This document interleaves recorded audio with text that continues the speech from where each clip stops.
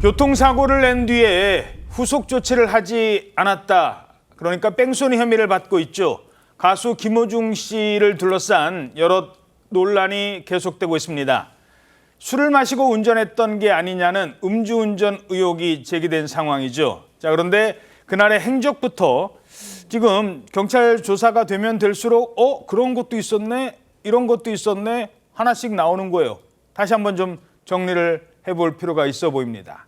일단 그날 무슨 일이 있었습니까? 원래 김호중 씨의 사고가 귀갓길에 일어난 거라고 알려졌었거든요. 예. 그게 아닐 수도 있다는 이야기가 지금 나오고 있는데 집에 가다 차 탄 게 아니었어요? 아닐 수도 있다는 이야기가 나오고 있습니다. 그러니까 원래 이제 사고는 서울 강남에서 지난 9일 밤 11시 40분경에 발생했는데 예. 그 사고 전에 김호중 씨가 유흥주점에 들렀다가 한 차례 귀가를 했다는 이야기가 나오고 있습니다. 유흥주점에서 집에 일단 갔어요? 귀가를 집에 갔다는 거예요. 근데 집에 갈 당시에 그 직접 자동차를 몰아서 간 것이 아니라 그 유흥점에서 제공하는 대리기사를 통해서 대리기사가 모는 검은색 차량을 타고 귀가했다 이런 얘기가 나오고 있거든요. 당시에 영상도 공개가 됐는데 CCTV 화면을 보시면 그 차량을 운전하는 사람은 다른 사람이 있고 김호중 씨는 지금 보시는 것처럼 조수석에 탑승하고 있는 모습입니다. 그러니까 당일 이미 대리운전으로 집에 갔는데 그때 대리기사 서비스를 이용했다는 거예요. 자, 대리기사가 운전을 한 겁니다. 일단 집에 갈 때는. 그러다 어쩌다가 김호중 씨가 또 나중에 운전을 하게 된 거예요? 김호중 씨가 당시 한 차례 집에 갔습니다. 그냥 있었어야 되는 건데 예. 그 이후에 한 50분 뒤쯤 다시 집에서 나옵니다. 귀가할 때와 다른 차를 운전을 하게 된 건데요. 검은색 차량 조수석에 타고 귀가하는 장면 우리가 봤잖아요. 예. 그런데 김호중 씨가 다시 몰고 나온 차량은 하얀색 SUV 차량이었고요. 이걸 직접 운전하다가 지금 보시는 것처럼 저렇게 쿵 사고를 낸 겁니다. 이렇게 운전대를 잡고 향하던 목적지가 도대체 어디였을까? 채널A 보도에 따르면 또 다른 술집이라는 의혹이 제기되고 있습니다. 김호중 씨 소속사 측에서는 지인을 만나러 가던 개인적인 일정 와중에 교통사고가 났다 이렇게 설명을 하고 있는데요. 그리고 이 사고가 난 뒤 대략 17시간이 지나서야 김호중 씨가 경찰서를 찾았고 그 17시간 동안 집에 있었던 것이 아니라 경기도에 있는 한 숙박업소에 머물렀다는 사실이 밝혀지면서 여러 의혹들이 증폭되고 있는 상황입니다. 예. 자, 사고가 난 뒤에 왜 경찰서로 가거나 또는 집으로 가거나 그게 아니라 왜 숙박업소로 갔는지, 왜 또 나중에 매니저가 제가 운전했어요라고 거짓말까지 하면서 옷을 바꿔 입으면서 등장을 했는지, 이런 의문과 함께 음주운전 의혹이 제기되는 상황인 겁니다. 물론 김호중 씨 입장도 전해드리죠. 뭐라고 합니까? 음주운전은 절대 아니라는 입장을 이어가고 있습니다.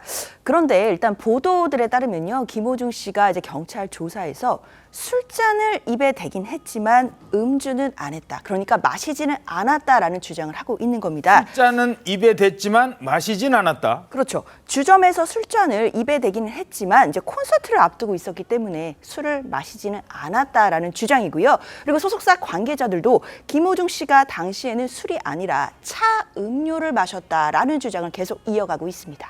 자, 이게 김호중 씨의 주장입니다. 그러니까 술집에 간 것도 맞고 대리기사 서비스를 이용한 것도 맞고, 그런데 술집에서 술잔을 주니까 뭐 어쩔 수 없이 입만 대, 그래서 입만 대고 내려놨다는 거예요.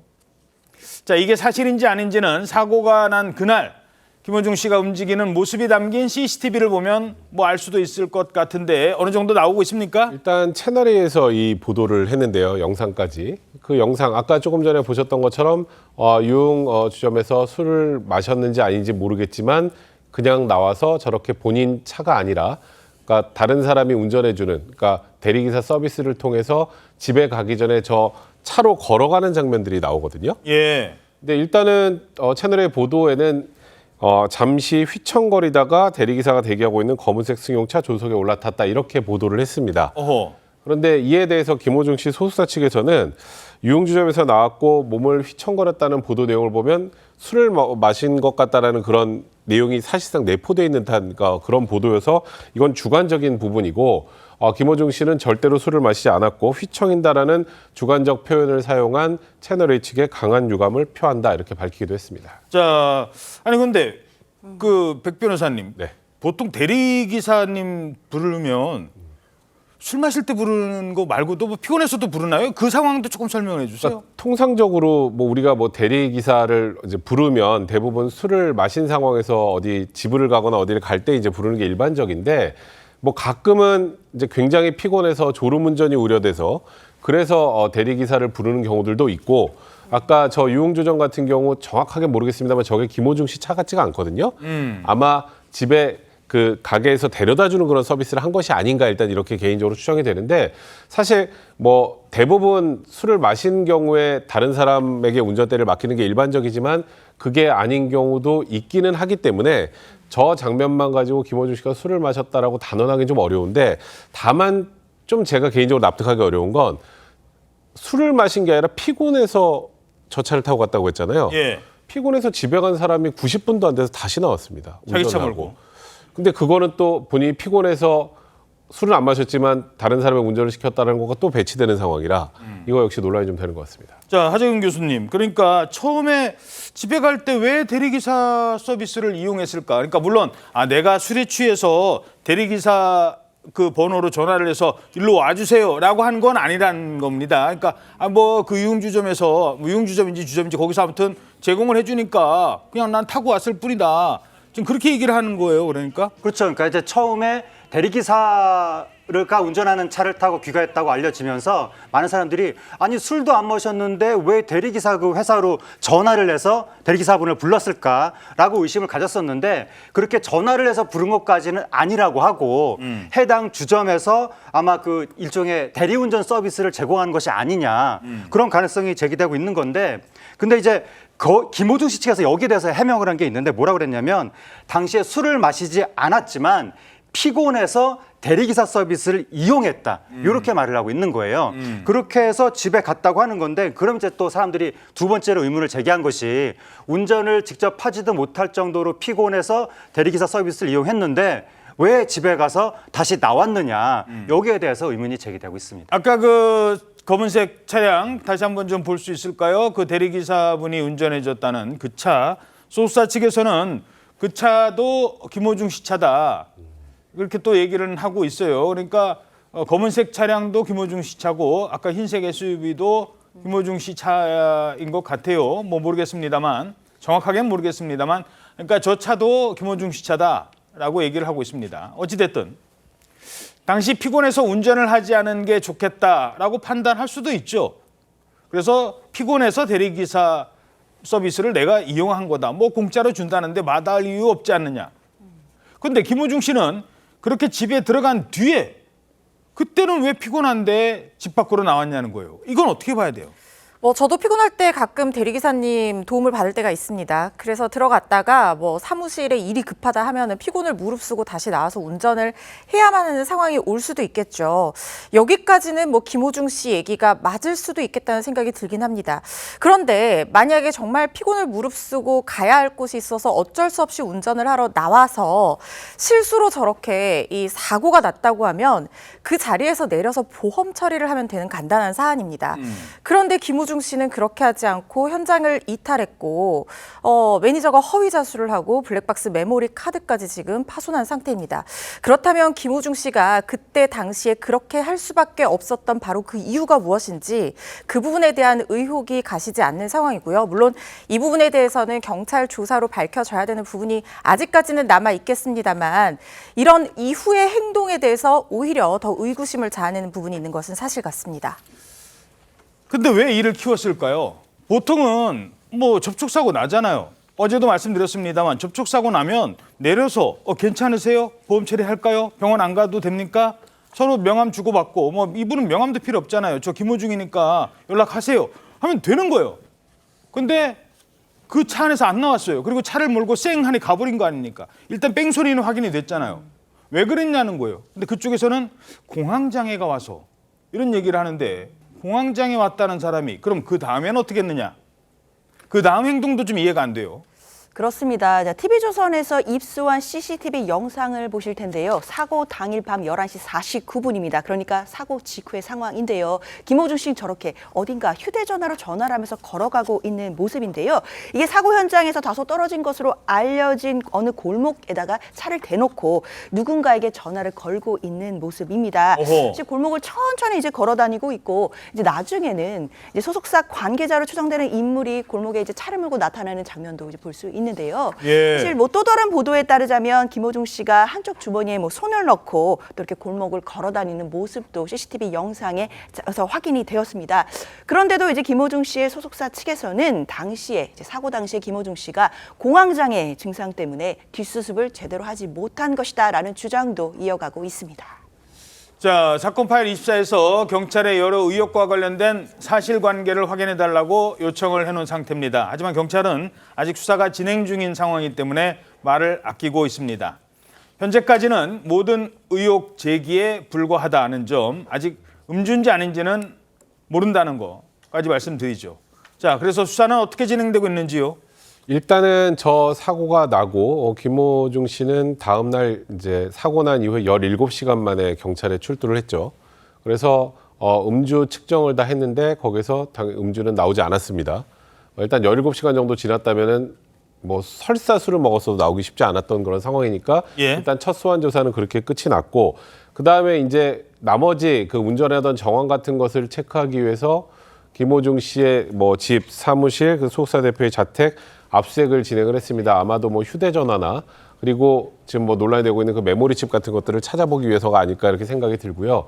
다만 이제 그 김호중 씨가 운전할 때도 안에 블랙박스가 있으면 실내도 어느 정도 나오지 않습니까? 그렇죠. 그래서 이제 그걸 확보하려고 했는데 일단 소속사 측에 따르면 김호중 씨에게 첫 번째 갔던 매니저가 시켜서 한 게 아니고 본인 스스로의 판단에 따라서 그 메모리칩을 파손했다고 합니다. 아니, 접촉사고인데 왜 메모리칩까지 없을까요? 저도 저게 가장 이해가 되지 않는데 저는 그래서 소속사 측에 꼭 이런 해명이 필요하다고 생각을 해요.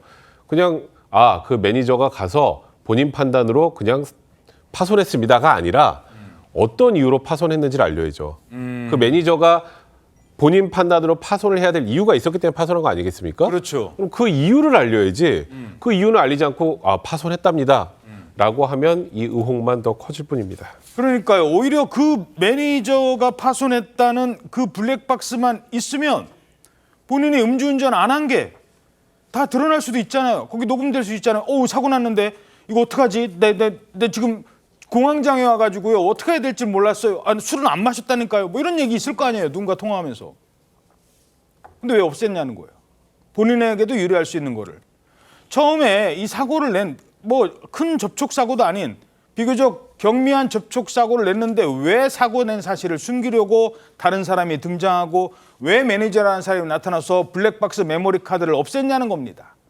경찰도 이 부분 조사하는 거잖아요. 그렇죠. 그런데 지금 뭐 한 명이서 이렇게 뭐 은폐를 한 것이 아니라 소속사 회사에서 매니저 2명과 대표까지 나서서 역할을 사실상 분담해가면서 굉장히 조직적으로 은폐 시도를 한 것처럼 지금 보이는 상황이 계속해서 밝혀지고 있는 거잖아요. 화면 보신 것처럼 김호중 씨가 사고 직후에 누군가와 통화하는 모습도 포착이 됐고 그리고 나서 김호중 씨가 회사 차를 타고 또 다른 매니저가 운전하는 차를 타고 자택이 아닌 경기도 모처의 숙박업소에 가서 사실상 숨어있다시피 17시간 동안 자신의 소재 파악을 어렵게 하는 곳에 머물렀습니다. 그 사이에 또 다른 매니저가 김호중 씨 옷을 입고 자수를 했고 거듭된 출석 요구에 답을 하지 않다가 17시간이 지난 뒤에서야 본인이 나타나서 운전한 것이 본인이 맞다라는 사실을 시인을 했거든요. 그리고 계속해서 얘기가 나오는 것처럼 이 블랙박스 메모리 카드가 없어지게 된 그 이유도 석연치가 않은 부분이 있고 지금 특히 소속사 대표가 매니저의 이 허위 자수를 자신이 지시했다 이렇게 얘기를 하는가 하면 문제를 일으킨 스태프들 조사 결과에 따라서 법적 책임을 달게 받을 것이다 이런 입장까지 내놨는데 사실 소속사 대표는 사촌형이기 때문에 이 부분에 대해서는 처벌을 하지 않는 그러니까 면제가 되는 그런 부분이 있고 결국에는 실행한 이 매니저들만 증거인멸이라든가 범인 도피 등으로 처벌받을 가능성이 상당히 높아 보이는 상황입니다.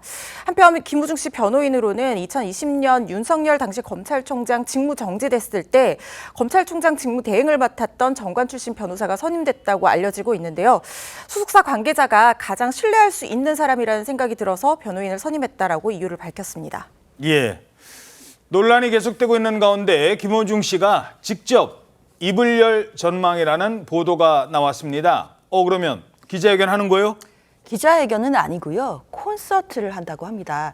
보시는 분에 따라서는 이런 논란 중에 무슨 콘서트야 라고 하실 수도 있겠는데요. 김호중 씨가 아레나 투어 콘서트 중이었는데 바로 내일 창원에서 이 콘서트가 예정되어 있다고 합니다. 사실 여러 논란 중이지만 소속사에서는 팬들과의 약속을 저버릴 수 없다라는 입장으로 콘서트를 강행하겠다 이렇게 이야기를 하고 있거든요. 그러다 보니까 김호중 씨가 사과도 하고 이 부분에 대한 좀 더 설명을 해야 되는 것 아니냐라는 이제 요구의 목소리들이 커지고 있는 상황입니다. 그렇기 때문에 김호중 씨가 내일 콘서트가 열리게 된다면 팬들 앞에서는 심경을 밝히지 않을까 이런 예상인데요. 일단 김호중 씨의 소속사 입장에서도 법적으로 지금 수사 중인 상황이기 때문에 억울한 부분이 있더라도 떳떳해진 후에 입장을 말하는 게 맞지만 팬들 앞에서는 입을 열 것이다라고 밝혔기 때문에 내일 콘서트가 열린다면 팬들 앞에서 어떤 이야기를 할지 좀 주목해 봐야겠습니다. 예. 물론 지금 뭐 어떤 그 뺑소니 사실은 본인이 인정합니다만 음주에 대해서는 뭐 예단할 수 있는 상황은 아닙니다. 뭐 혐의가 명확하게 드러나기 전까지는 음주 같은데 이럴 수는 없는 거예요. 정황만 저희들은 말씀드리는 겁니다. 그런데 여러분은 어떻게 생각하십니까? 팬들도 이런 김호중 씨의 대응을 바라보는 시각이 좀 엇갈린다.